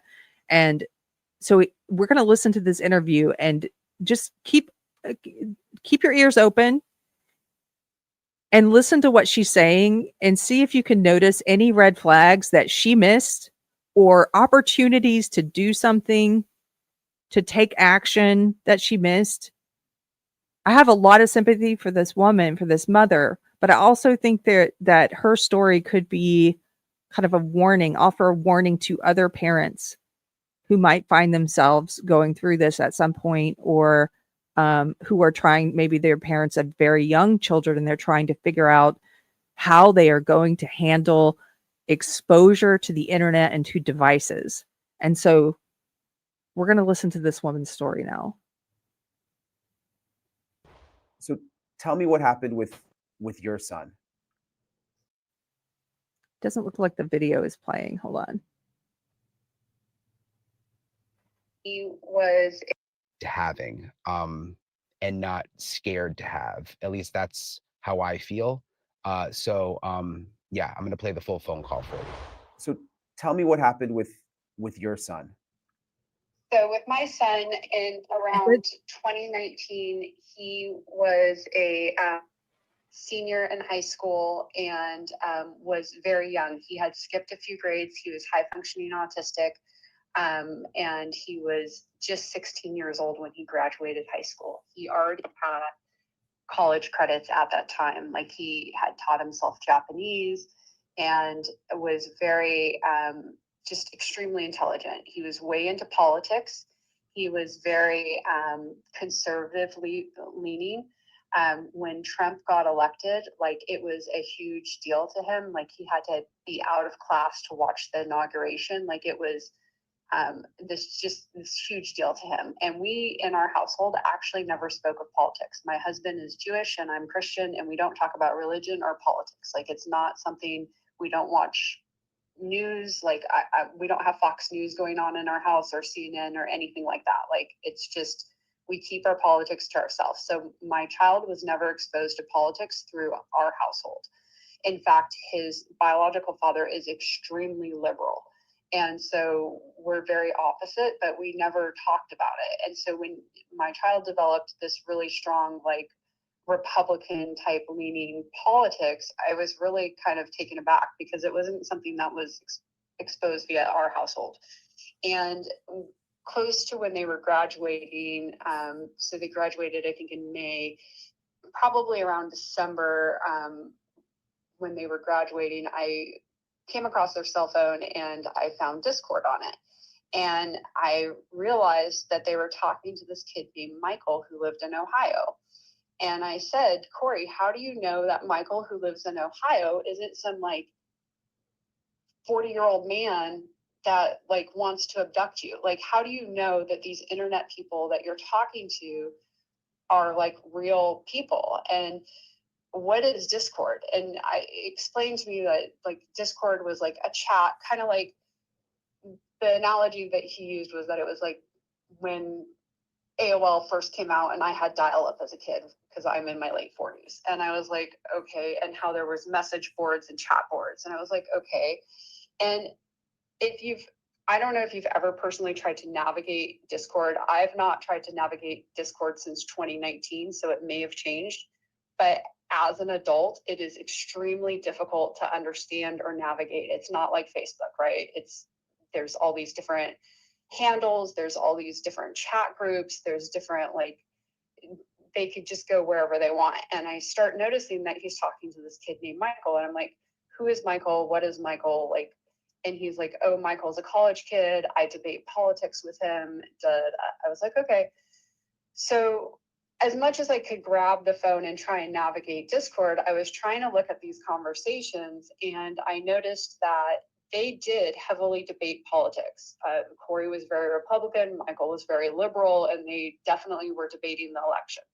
They were also talking in like story terms that I didn't understand, that seemed kind of like anime role-playing stories.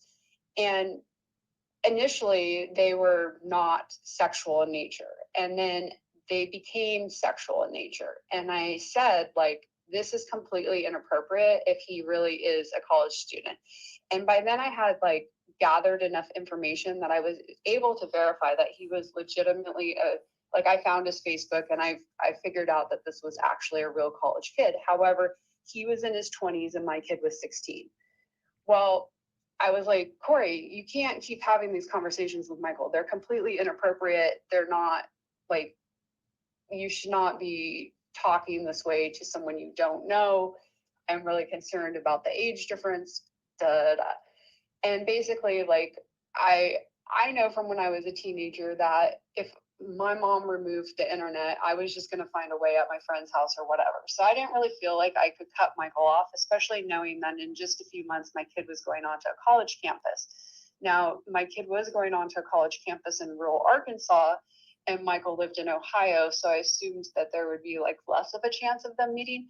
But I fully expected that when my kid went onto a college campus, that they would then announce that they're gay or be in a relationship with this kid. Like, I'd never thought for a million years that they would stay away from this kid. And so I didn't really like try and pursue it because I just knew that as a parent with someone going to college, my hands were pretty much tied. Like, I could try and say this is wrong and this isn't a good idea, but taking my kid's phone away and cutting off their access to Michael for 3 months, first of all, they're going to find it a different way. And secondly, it's just going to pit us between each other. And as soon as he steps out of my house, I don't have any control. And so when they got to college, I just assumed that they were going to meet Michael. And I asked several times, like, hey, have you ever met that kid, Michael? No, I've never met him. I was like, oh, okay. I didn't hear a lot about Michael while Corey was in college. And Corey went to college and got a degree in health science and a bachelor's in business and a minor in religion, and was pursuing like being a personal trainer, got super into fitness. And I was like, how are you going to be a personal trainer? You're autistic. Like, it's just not a good job path for you. Like, I'm not trying to be mean, but like, you don't have the social skills to be a personal trainer. And I was trying to get the college to like work with them to like find a better career path, because we were paying for a program where they were supposed to be also getting life skills, because it was supposed to be dealing with disabilities and autism. And long story short, we did not get what we paid for. And like, probably, I want to say they graduated in May of 2022. And right around maybe April, we had rented an apartment knowing that they were going to. I'm going to pause it here for a second. I don't want to play like the whole clip without breaking it up and offering some thoughts on it. There is more to the story. I'm going to play the second half of at least the portion that we're watching. We're just watching a portion. We're not watching the whole thing. But a couple of things up until this point that you may have noticed. And I saw some of you noticing this in the chat. So, number one, this caught my attention. She says that she's Christian, her husband's Jewish, but they never talked about God or religion in the home. How is that possible? So that was the first thing that jumped out at me. So regardless, is Christian just a label? Is Jewish just a label? Or are these just labels that you put on yourself or maybe take off yourself, but it's not a belief system. It's not something you practice. It's not something you raise your child in. I don't get the impression she was giving her child any kind of moral foundation, any kind of foundation of truth. That's what I'm saying. Any kind of belief system at all. Even the way she described the politics too. Like, we never talked about politics. We had certain beliefs, or she alludes to that perhaps they were leaned conservative, but they never talked about it. So as a parent, it's your job to protect your child. It's your job to shape your child. And it's your job to help your child interpret the world and to understand the world. And it seems to be this sort of modern fad, especially among people on the left, but sometimes people who maybe lean conservative, like this woman, to just let your child find out everything on their own, pick a belief system on their own, without any guidance, without any shepherding from you, to just go out into the world and pick up beliefs and identity on their own. And this is a recipe for disaster, because what happened to her kid? What happened to Tyler Robinson? What happens to a lot of these kids? They are going to find someone who's going to give them a belief system, who's going to give them a way of looking at and interpreting the world, and a way of thinking about themselves in relation to the world, and having what they're so focused on identity. And so that was the first thing that stood out to me. Another is that when she found these, she does rightfully call them inappropriate messages between her 16-year-old child and an adult male in his 20s who was sending sexual messages. I don't know if you noticed there, but she said it was an anime role-playing that they were doing. They were doing anime role-playing stories. And then it got very sexual. Again, there's this pattern that I see over and over when I look into stories like this, where it led to something sexual between her 16-year-old son and this older man. And she said that was inappropriate, but I didn't feel like I could do anything about it. What are you talking about? Take back your power as a parent, your responsibility as a parent. It's your number one job to protect your child. And this whole idea of like, well, I couldn't do anything about it at this point. He's going to go to college. Who's paying for that college? Who's allowing him to go to that college? He's still 16. If you find out that your 16-year-old child is being sexually groomed by some adult male stranger in another state online, and your response to that is just to roll over and say, well, I guess there's nothing I can do about that. Okay, I'm going to send you away to college now, 16-year-old. Like, you are taking the wrong path to handling it. And I would argue that the problem started before we reached this point at 16, where she finds out that the child has been talking to this adult male and is becoming sexually groomed by this adult male. It started before that. It started when she first put a device in her child's hand and decided not to supervise it. That's when it started. But let's say you're a parent and you've made that mistake, because as I mentioned at the beginning, this is all new. We are, we as kids, our parents didn't have to deal with this, with the online world out there, with you being exposed to everything. They didn't have to deal with this. And so we've been figuring it out through trial and error, mostly error, maybe. And so let's say you made the mistake a lot of parents do. Why wouldn't you? Everyone's like, oh, there's all these positive things that you can do with devices or with AI or with phones. Why wouldn't I give that to my child without supervision? Let's say you made that mistake.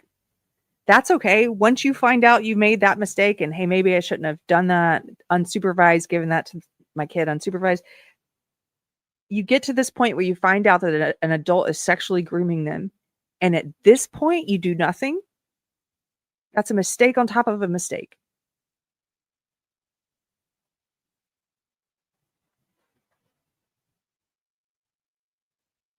Also, as some of you pointed out, she's referring to her son as they, which is another mistake.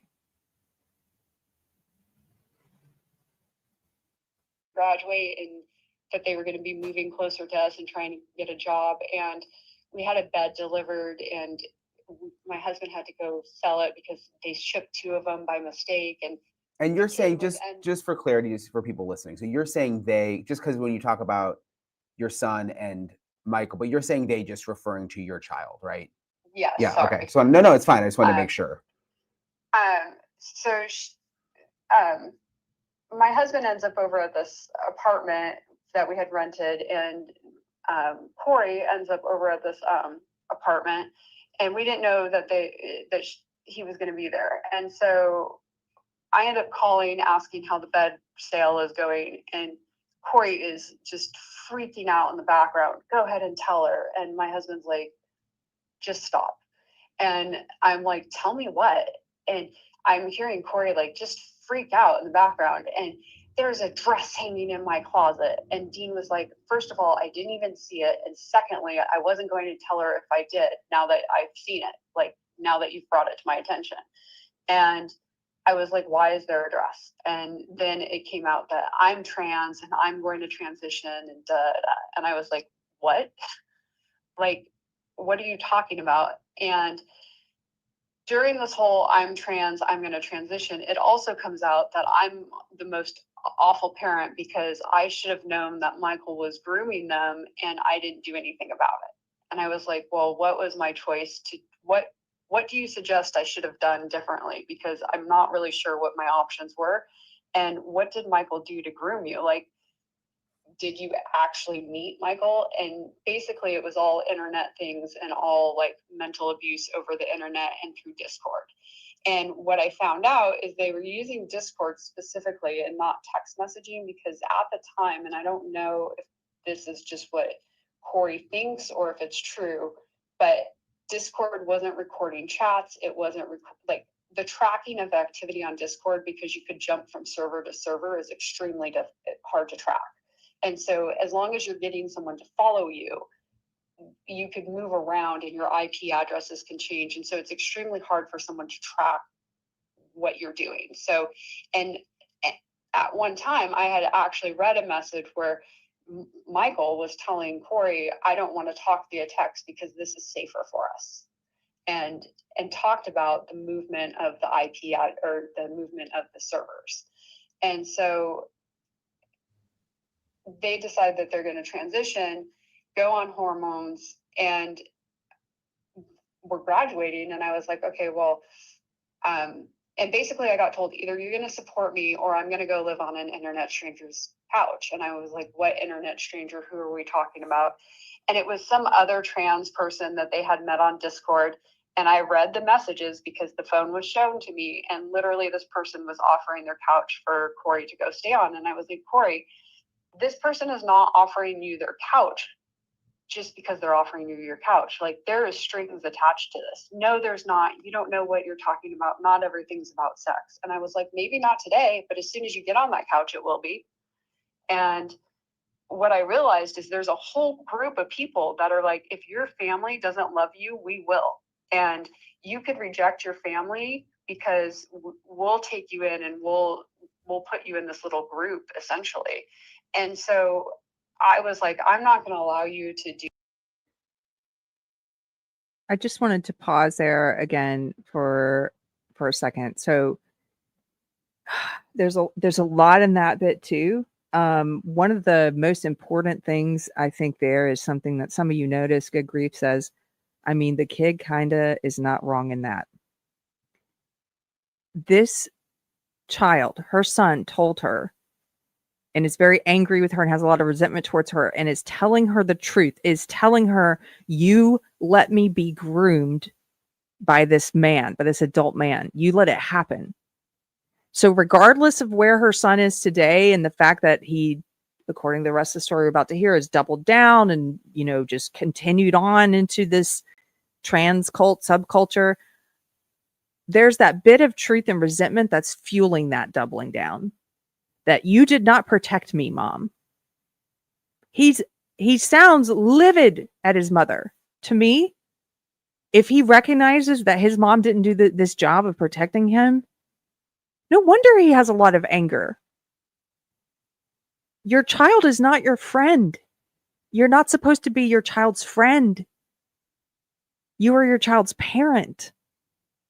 And when you found out that when he was 16, he was getting sexually inappropriate messages from an adult man, and you just said, what can I do about that? I can't do anything about that. Thinking that would maybe, I don't know, I think some of these parents think that the laissez-faire parenting, like, oh, if I don't do anything, my kid will like me more. No, the kid ends up hating you. The kid ends up hating you because you didn't stop them.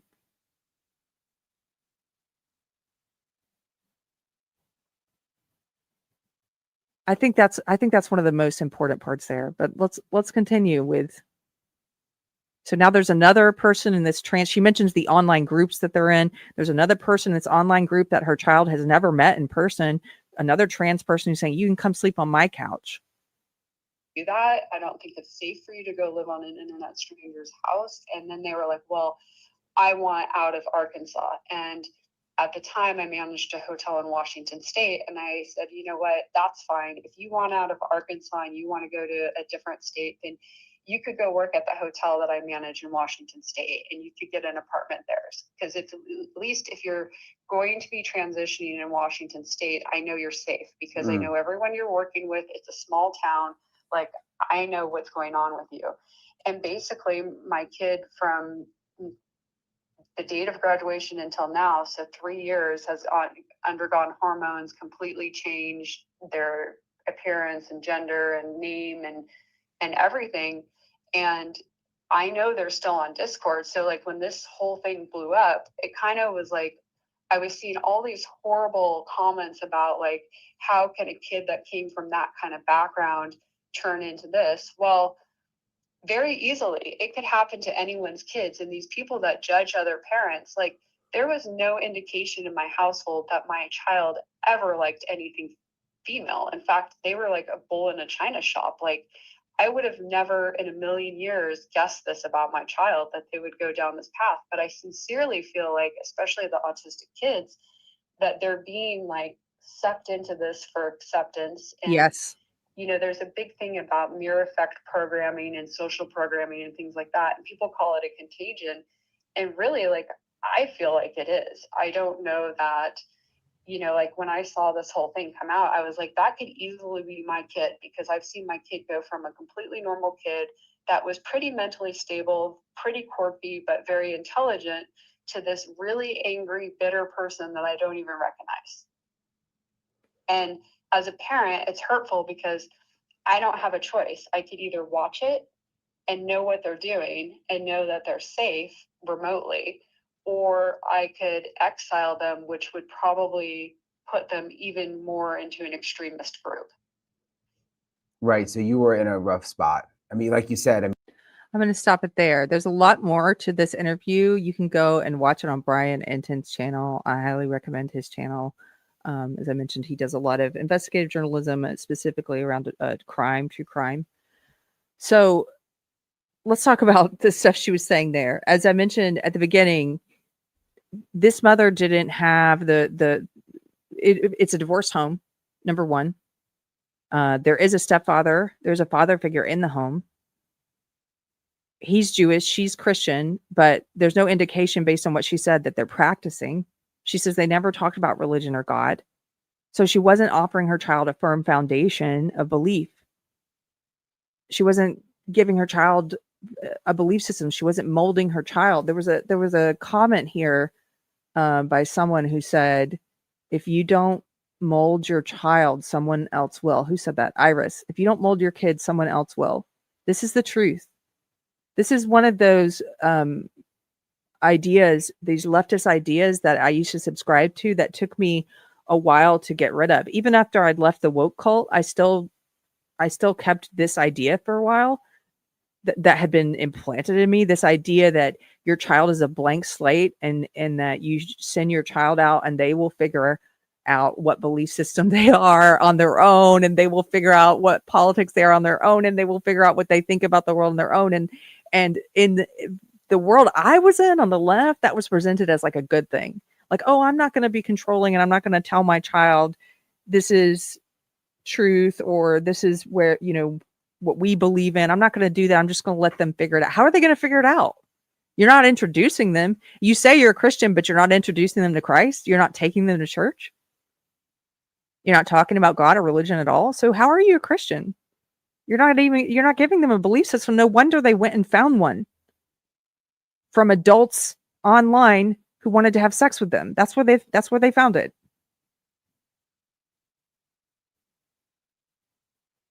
Yes, ADL 1992, who's an atheist, says even atheist parents should be better than that, though. I agree. And if you're not a believer, I think you should become a believer. I think you should join the family, so to speak. But I'm not here to lecture you about that. I'm just, either way, if you're an atheist parent, if you don't have that belief in God, you can give your child moral values. You can give them, I won't say that you can give them, I don't know if you can give them a system of belief necessarily, but you can let them know this is the best way to look at and interpret the world.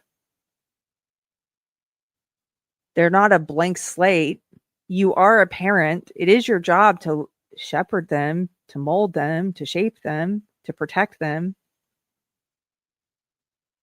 So that was one thing. The other is, as we mentioned, she gave her child devices and she gave those devices without supervision. So she had no idea what Discord was or that her kid was on Discord. She didn't have any software apparently to be watching what her kid was doing. There were no restrictions placed. And so her kid's finding himself on Discord talking to strange adult men in other states who want to sexualize him.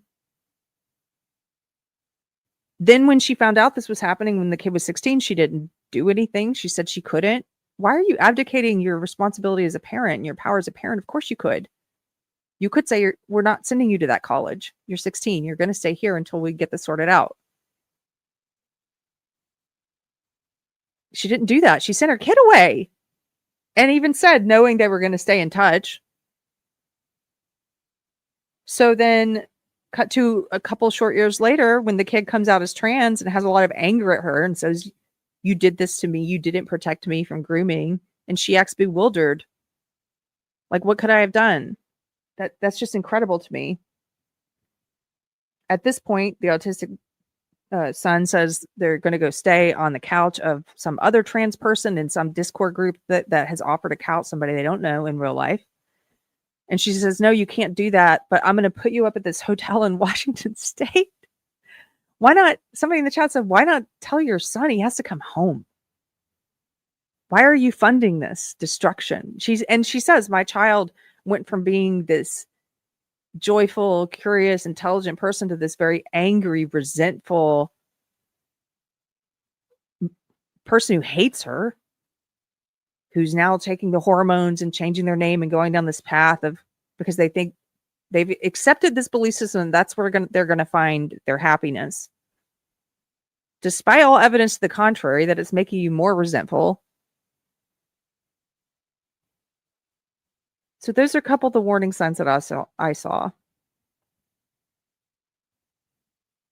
You guys let me know in the chat, especially those of you who are parents. And I know I'm speaking out of turn. I'm not a parent. These are things I'm thinking about in trying to become a parent. These are things I'm thinking about how I'm going to raise my child.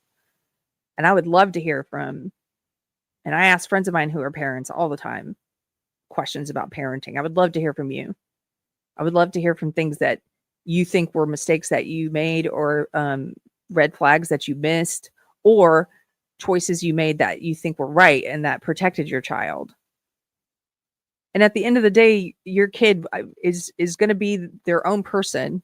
None of this is like fail safe. Oh, if you give your child, if you raise them in the church and you give them a foundation of belief, and maybe you don't give them devices, or maybe you give them devices and you supervise it. None of this is a guarantee that they're not going to be pulled into some kind of darkness.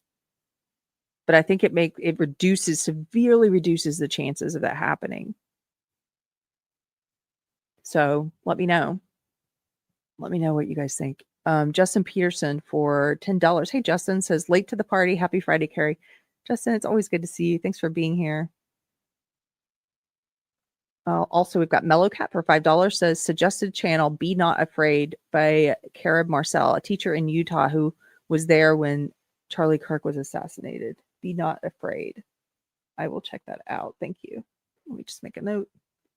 I appreciate it. And then Tweegirl for 5 Canadian buckaroos says, the commie Democrats have convinced parents that their children don't belong to them. Yeah, that's another thing that they push on the left, this whole idea of, the state can come and take your child away, and if you don't validate their new gender identity, and it's a whole mindset shift. It's a whole kind of brainwashing that's happening. I want to show you just a picture to bring this back to Tyler Robinson, a picture that I saw that I thought was relevant to this. A lot of people have been looking through the pictures, the family pictures that Tyler Robinson's mom had shared on Facebook over the years. My friend Josh Slocum on Disaffected had a great episode where they kind of speculated a little bit about the family, what the family dynamics were like. This picture stood out to me in the context of what we're talking about. So Tyler Robinson was raised in a conservative family. They were Mormon. I don't know if there were any reports yet about how they practiced their faith or whatnot, but they were Mormon. This picture is Tyler. I think he's around, 12 or 13 here, or younger. It's a picture of him at Christmas. She was posting pictures of Christmas presents, and it's him on the computer in the dark with the light coming through the blinds, and he looks so happy and curious and excited to be on the computer. And she says, I almost forgot Tyler. He can totally avoid us now that he got all of the computer accessories he's been wanting, smiley face. Now, this is supposed to be, a happy family photo of like at Christmas, he got all these computer accessories, and she's making a joke that he's going to be avoiding them now. But I don't think it is that happy. I don't think it is a joke, because he clearly went down this path of having few real life friends, spending most of his time online, most likely unsupervised. They probably had no idea the sites he was on. They gave their kid these devices. And then what did they just didn't think to check and see where they were going on the deep, dark web. This is a mistake I think a lot of parents have made, because this is all new to us as people. The internet, these devices, all these different dark subcultures online, and things your kid can come across while they're sitting in your home. They can be talking with some deranged adult in another state who's trying to sexually groom them while they're in your house. These are all new things that parents are dealing with. And so a lot of parents have made mistakes. I think it's time that we start to look at some of these cases, though, and figure out, like, going forward, what can you do as a parent based on the mistakes, the errors that we've seen? What can you do when it comes to shielding your child from some of these darker places online, some of the darkness in the world? How to keep it out of your home? Thank you guys for being here today. Thank you for listening to this. I know it was a long one, and we covered a lot of stuff that I think it's all interrelated in this episode. As I said, if you're a parent who's used, I know there are applications like Covenant Eyes. There are things that you can do to supervise what your child is looking at online. Maybe you're a parent who doesn't allow your children to have devices. I'd like to hear from you too. I know some friends like that who don't even allow it, who homeschool and don't allow it. There seems to be this myth that your child won't learn how to use computers, or they won't learn how to use a phone if you don't give it to them when they're like 10 or 5. I've seen parents out at restaurants with kids with toddlers on like iPads. I'm like, what are they doing? What are they doing? So I would like for the parents who have not given the devices to counter that, because I know parents who chose not to give devices, and children pick them up quickly. Young adults pick them up quickly when they get to an age at which you think they can handle it. It's not going to handicap them not to give them that device.